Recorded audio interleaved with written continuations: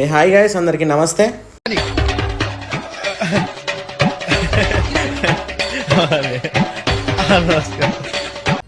జీవితం మీద ఎవరికైనా ఆశ లేకపోతే ఒక్కసారి గాంధీ హాస్పిటల్కి వెళ్ళండి మామ, డింగ్ మనకి జ్ఞానోదయం అయిపోద్ది. తర్వాత నిన్న ఎవడ ఆపలేండి అన్న. సో అలా ఆర్టీసీ క్రాస్ రోడ్ దాకా వచ్చేసాను అనమాట. ఎందుకో తెలుసుగా, మీ హీరోకి ఆర్టీసీ క్రాస్ రోడ్ రికార్డు ఉందా? మరెందుకురా నీకు? సో అది మన Mouli bro little hearts movie release అయింది కదా, చూసేద్దాం అని వచ్చేసా. సో అలా మన పవన్ కళ్యాణ్ వైకుంఠాన్ని ఒక లుక్ వేసుకొని లోపలికి వెళ్ళిపోతే సినిమా అయితే స్టార్ట్ అయిపోయింది. ఒక ఎడిటర్గా మీమర్గా వచ్చి ఇప్పుడు సిల్వర్ స్క్రీన్లోనే ఎంట్రీ ఇచ్చేసాడు మన మౌలి బ్రో. మా మమ్మీ అంటూ ఉండేది, ఇంటికి పెద్ద కొడుకుని నువ్వే బొగ్గల్లో ఉన్నావు, ఇంటిని ఎట్లా చూసుకుంటారో అని. అప్పుడు అర్థం కాలే, ఇప్పుడు అర్థమైంది.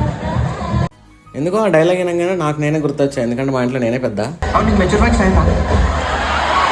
తప్పకుండా ఎందుకుంటుంది అట్లా. ఇయ్యా పెద్దగా ఎప్పుడు చిన్నప్పుడు అయిపోయి ఉంటుంది. అట్లా చూడకు, no sex education at all. నీ మీద ఒట్టే.